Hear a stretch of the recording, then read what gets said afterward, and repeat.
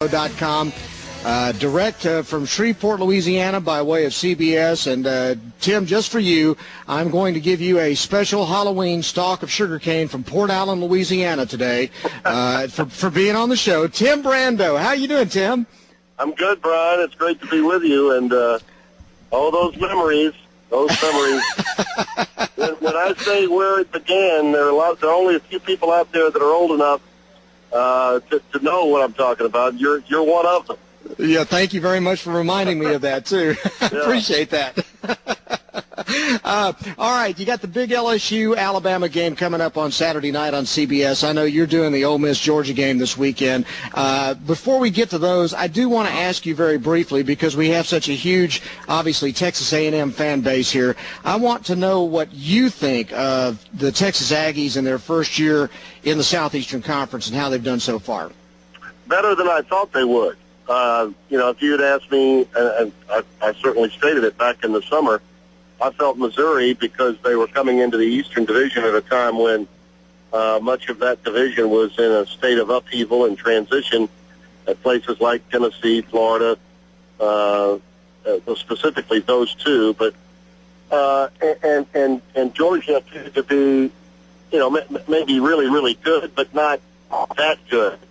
I thought Missouri would have a little easier go of it than A&M. The Aggies obviously had a cupboard of talent that was better than previously thought. They just needed to learn how to finish games, and I think Kevin Sumlin has instilled that in them. And once he gets a few more recruiting seasons behind him, they're going to be fine. And Johnny Manziel that guy's a difference maker, and that's the biggest difference between, I think, A&M and Missouri. Is Missouri's been banged up at quarterback. Franklin's been in and out.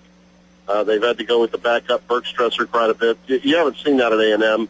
Manziel is with a style that some might consider reckless for the SEC, that you could get banged up doing the kind of running back there that he does. He's managed to stay reasonably healthy and make some plays that are extraordinary. And you take away the turnovers in both of the games that they lost, and Texas A&M we could be talking about an undefeated team right now. So I think they've really been quite good, and maybe better than I previously thought they'd be. And I like their chances against Mississippi State coming up. I do. I think they match up very well against the Bulldogs, and maybe catching them at the right time.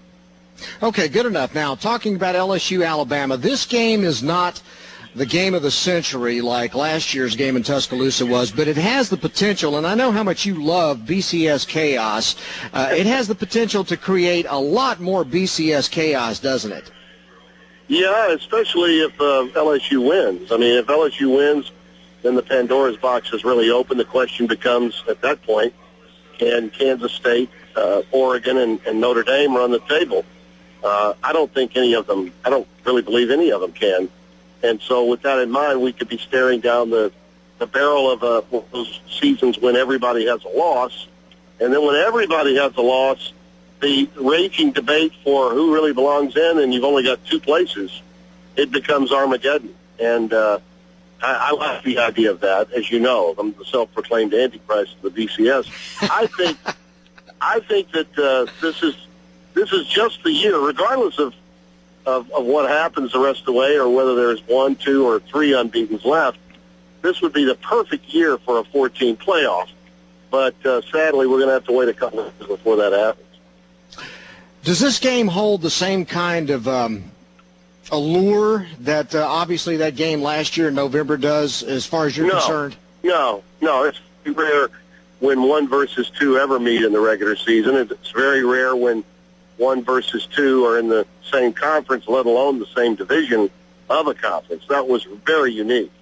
Now, had LSU beaten Florida, I think we would be looking at 1 and 2, and that would be the game of the century revisited. But I think to some extent the fact that these teams, it's still very unique. It's way up there in the pantheon of college football and its great games. I think it ranks way up there, because you're talking about teams that have played a year ago, but also played just a few months ago, the national championship. And Alabama lost its conference title, but then won a national title against the same team. Now, how many times do you say that? Les Miles is 3-3 against Saban. He's the only coach other than Steve Spurrier that's beaten Saban in back-to-back years. He did it in 2010 at LSU and again last year in the 9-6 overtime game. So, you know, this is the modern-day Woody and Bo. I mean, if you're growing up in the 70s, 60s, and 70s, and you think of great rivalries and coaches that were contrasts and the fan bases that hated each other, I was always envious of Michigan and Ohio State because Woody Hayes and Bo Schembechler represented a level of tradition and matchups. Every game it seemed they played mattered. The Rose Bowl was on the line, a potential national championship, and they only met for 10 years. And then Hayes had the infamous problem at the Gator Bowl in 78 with Charlie Bauman of Clemson, and that ended it. But I think that Alabama, because of Saban and the time he spent at LSU, the fans and the alumni there feeling either a lot of love for what Saban created or a lot of hatred for what he vacated, it just makes for an incredible environment. And this is now the game in the Southeastern Conference that everyone anticipates year in and year out.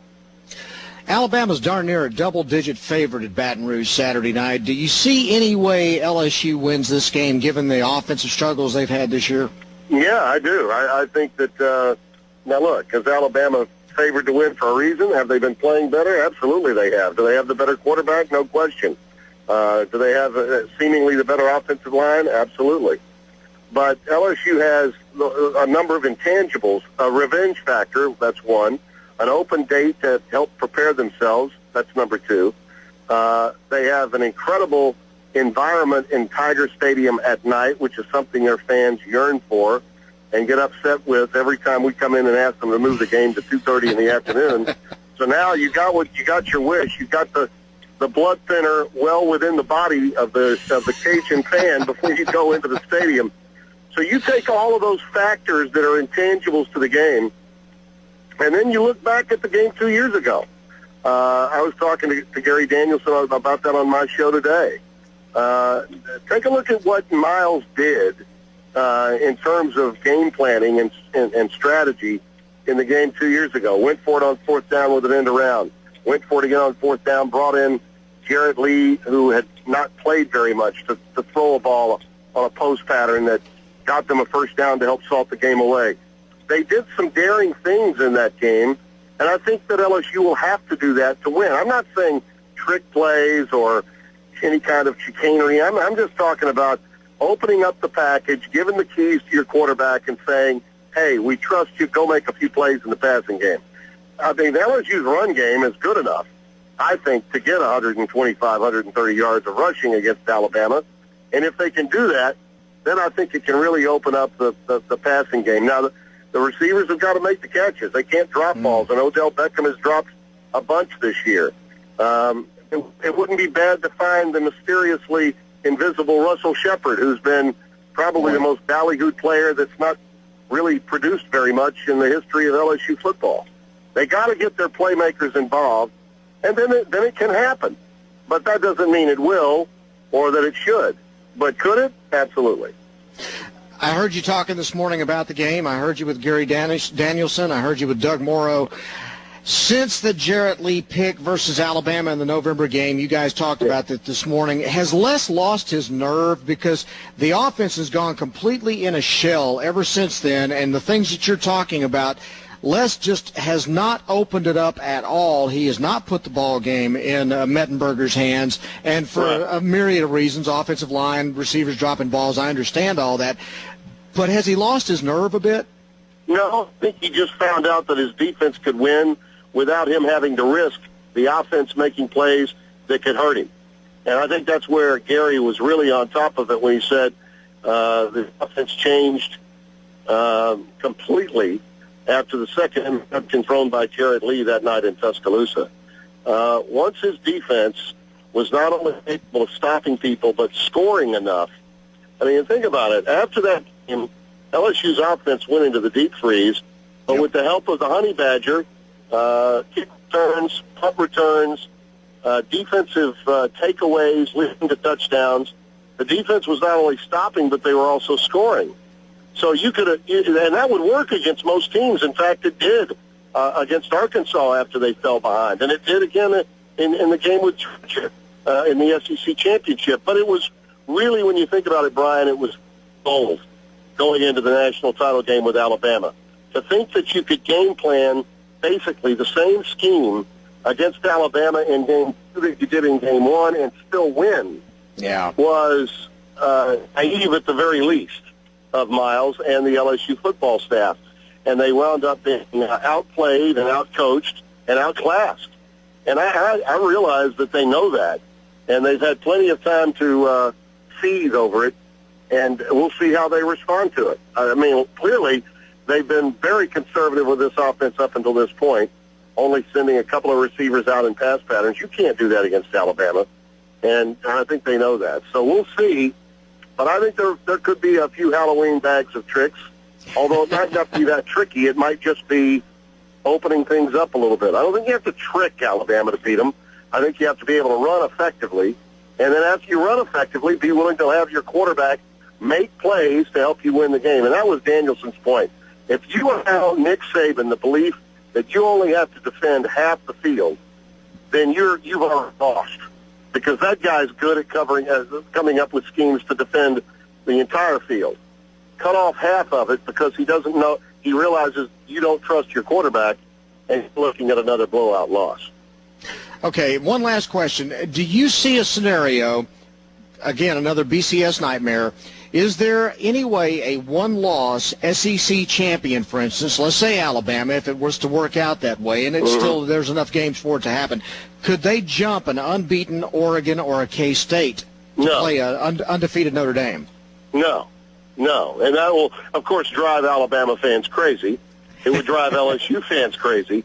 But no, in the BCS era, an undefeated team from an automatic qualifying conference has always played for the national champion.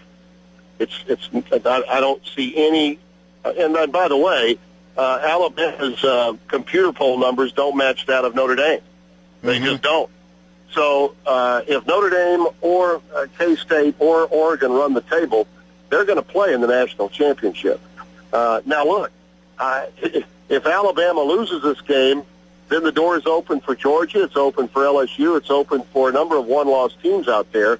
And yet the good news is the SEC, if everybody's lost a game, the SEC gets the benefit of the doubt as the best one-loss team coming from the best conference in America. But if they're behind the 8 ball with 2 undefeateds in the Big 12 and the Pac-12, or an independent like Notre Dame that's gone up against that schedule that they played, you can forget about it. It's not going to happen. And, boy, you talk about anger, angst, and bitterness. There'll be plenty of that, especially if it's in Tuscaloosa, Alabama, where that team's got 1 loss and is a champion of the SEC. Oh, man. And you love this, don't you?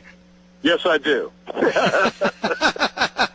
Yes, I do. And I'm really glad to be doing the Georgia Ole Miss game to kind of set up things for the primetime game, because it'll give me a little bit more time.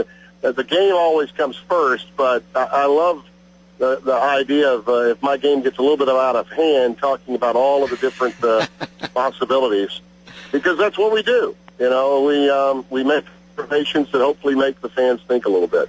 Absolutely. Well, I'm glad you mentioned the Ole Miss-Georgia game, because I was going to mention to people that you are doing the game on CBS this Saturday afternoon. Yeah, if you happen to tune in, if you're an LSU fan and you tune in at halftime and you think Brando's been Wally pipped, no, I'm out doing the game beforehand. No, they would never do that to you, Tim. Oh, yeah?